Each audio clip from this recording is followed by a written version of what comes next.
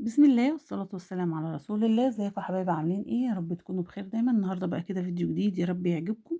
هنعمل كده مع بعض طبق مسقعة مشوي يعني للدايت. ف جربوها يعجبكم جدا. هي وصفة بسيطة بس حلوة للي مش بيعرفها يعني. معايا هنا بتنجان اللي هو عروس، ده كان موجود عندي فقطعته زي ما انتم شايفين كده بالورب، وقرنين فلفل بس قطعتهم، وهاعملهم بقى أشويهم في الفرن. لو عندِك طبعًا القلاية هوائية حلوة جدًا، ش بت بتغني يعني، بس أنا ما عنديش بصراحة فقُلت أعملها آآ في الفرن. وطبعًا إحنا عايزين وجبات كتير في الدايت، فمش كل الوجبات هتبقى لحوم، فباعمل عايزة تاكلي بقى مسقعة، عايزة تاكلي بابا غنوج. المسقعة طبعًا بتبقى فيها زيوت كتير، فقُلت أشويها في الفرن، بتبقى خفيفة وطعمها حلو جدًا على فكرة. قبل كده جرّبتها مشوي، يعني كلتها عند حد ما عجبتنيش، بس الطريقة دي حلوة جدًا، جدًا، جرّبوها تعجبكم جدًا. قطّعت كده البتنجان زي ما أنتم شايفين، طبعًا اللي عايز يقشّره قشّروه براحتكم، بس أنا باحبه كده يعني، فأنتِ لو عايزة تقشّريه قشّري البتنجان. قطّعته كده زي ما أنتم شايفين، وادّيت رشّة كده للصينية، ولازم تكون صينية كبيرة عشان يبقى البتنجان كلّه مفرود وياخد لون مرّة واحدة.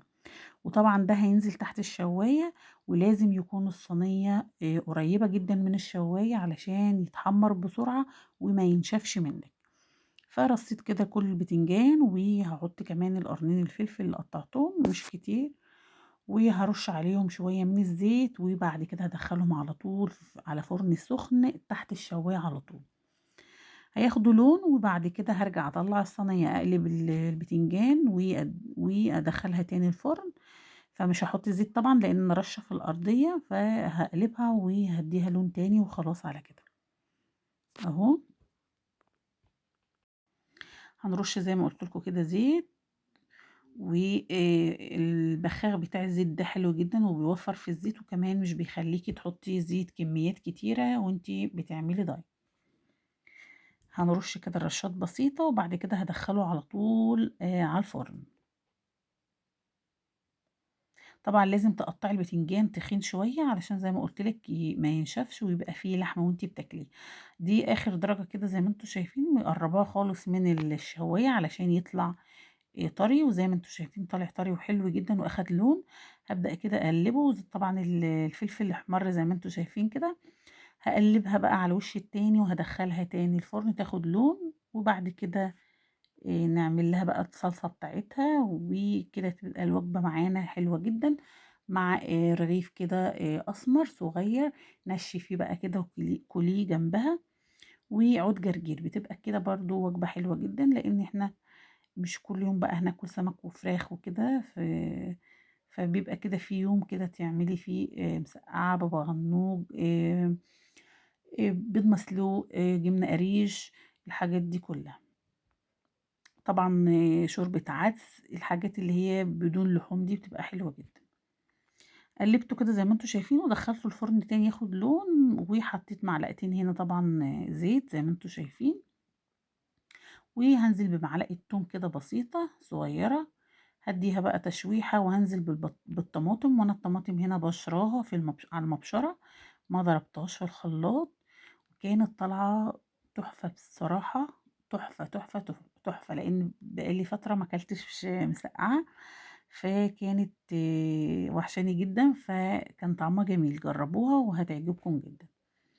هادّيها بقى تشويحة كده لحد ما نشم ريحة التوم، وبعد كده هانزل بالطماطم.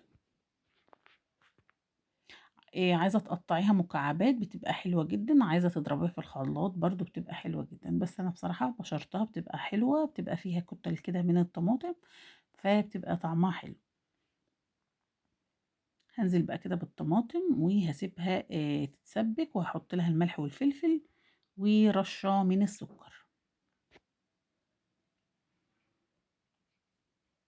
أهو، أحط الفلفل وهادّيها تقليبة، وهارجع بقى أحط لها رشة السكر، وخلاص على كده. البتنجان كان طلع، وهانزل بيه كده عشان يكمّل سواه بقى في ال مع الطماطم، ويشرب كده من الطماطم، يستوي كده ويبقى طعمه حلو.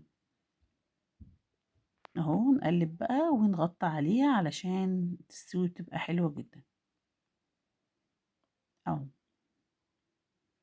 وجبة جميلة برضه زي ما قُلت لِك مع رغيف كده أسمر وعودين جرجير بتبقى حلوة جدًا، جرّبوها تعجبكم جدًا، جدًا. حطيت هنا كمان نُص معلقة كده من الصلصة الجاهزة عشان تبقى حمرا كده وحلوة، و بس على كده، زي ما أنتم شايفين كده طالعة حلوة جدًا وريحتها جميلة.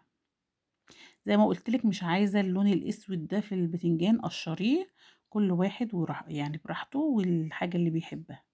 عايزة تكتّري فلفل طبعًا كتّري، مش عايزة اللي تحبيه. وكده كان الطبق جاهز زي ما قُلت لِك معاه رغيف كده أسمر وعود جرجير بيبقى طعمها حلو جدًا ووجبة مشبعة. يا رب الفيديو النهارده يكون عجبكم، ما تنسوش اللايك والاشتراك في القناة لو مش مشتركين وتفعيل زر الجرس عشان يوصلكم مني كل جديد أنا بانزّله. أشوفكم في فيديو جديد والسلام عليكم ورحمة الله وبركاته.